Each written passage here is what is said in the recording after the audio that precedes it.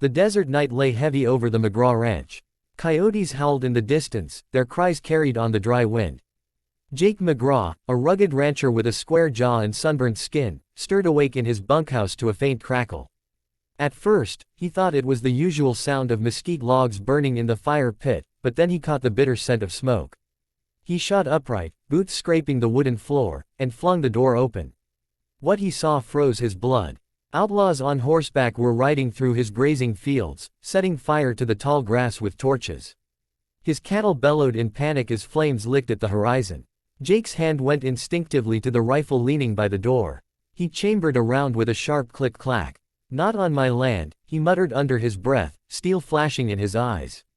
He darted out, moving low, using the shadows of the corral fence.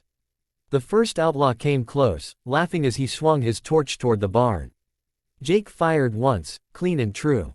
The man tumbled from his horse with a cry, the torch rolling harmlessly into the dirt. The others wheeled around, shouting curses, gunfire sparking in the night. Jake ducked behind a water trough, returning fire in steady bursts. The battle was fierce, each shot echoing across the desert. Dust filled the air, mixing with smoke and the acrid tang of burning brush. As he fought, Jake realized the raiders weren't just after him. Their path cut toward the Apache village nestled beyond the ridge. If the fire spread, the homes there would be destroyed before dawn. Summoning every ounce of grit, he pushed forward. A bullet grazed his arm, tearing flesh, but he didn't stop. One by one, the outlaws fell or fled until only silence remained, broken only by the crackle of dying flames. Jake stumbled to the edge of the field, sweat and blood mixing on his brow. His chest heaved with exhaustion. The stars above blurred as his vision darkened. Still clutching his rifle, he whispered, "At least, they're safe." Then the brave rancher collapsed under the mesquite tree, the world fading to black as dawn crept across the horizon. When Jake opened his eyes, he no longer felt the dirt and rocks beneath him. Instead, he lay on a soft woven mat, the scent of sage and pine filling his lungs. For a moment, he thought he was dreaming. Flickering firelight painted patterns on the walls of a round lodge made of poles and hides. He tried to sit up, but a firm, gentle hand pressed his shoulder back down.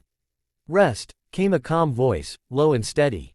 Jake turned his head and saw an elderly Apache chief, his face carved with deep lines of wisdom, standing beside him.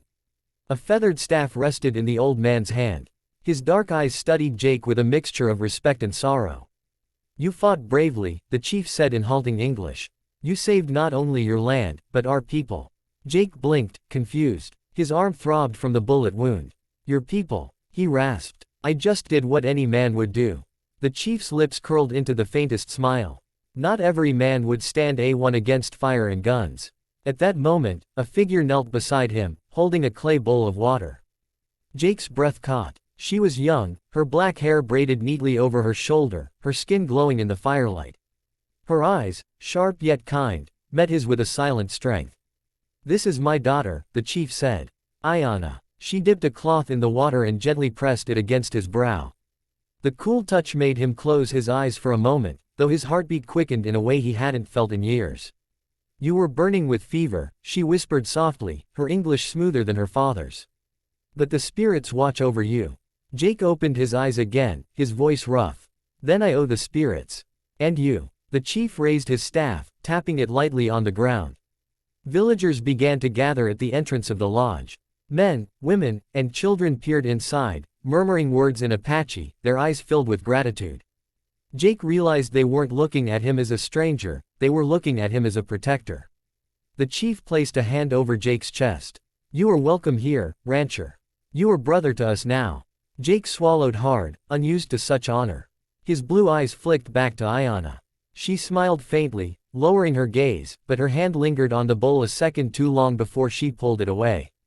For the first time in years, Jake McGraw felt something stir inside him, not just relief at being alive, but the beginning of a bond he could not yet name. That evening, the Apache village came alive with celebration.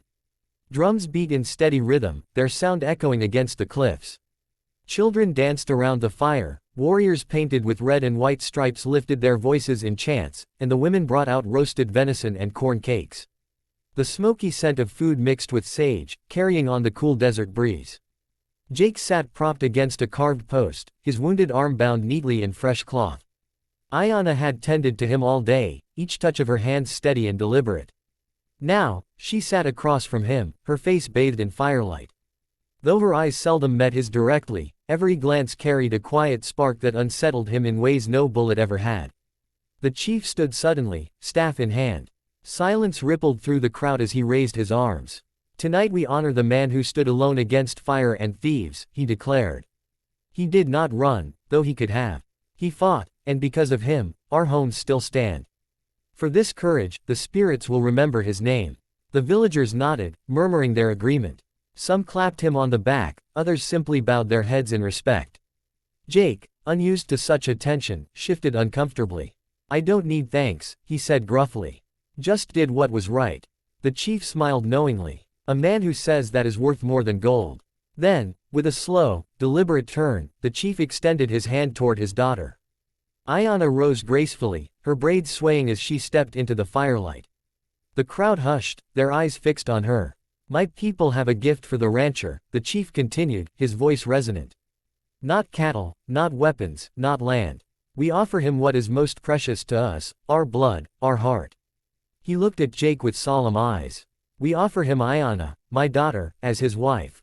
The words struck Jake harder than any outlaw's bullet. He froze, his throat tightening. His gaze flicked from the chief's unwavering expression to Ayanna, who now stood with her head bowed, her hands clasped in front of her. She did not look frightened, only calm, her lips pressed together as if she had already accepted her father's will. Jake finally found his voice. "Chief," he stammered, standing to his feet despite the pain in his arm. I ain't never been given a gift like this. I'm just a rancher. My land is dust, my hands are calloused. I've got nothing worthy to offer in return." The chief's eyes softened. "You gave your blood for our people. That is more than enough." Jake's chest rose and fell heavily. He looked at Ayanna, trying to read her heart. For the first time, she lifted her gaze fully to his. Her eyes, dark and endless as midnight, met his without fear. There was no hatred, no shame, only a quiet strength and something else. Something unspoken, but alive. Jake swallowed hard, his voice low.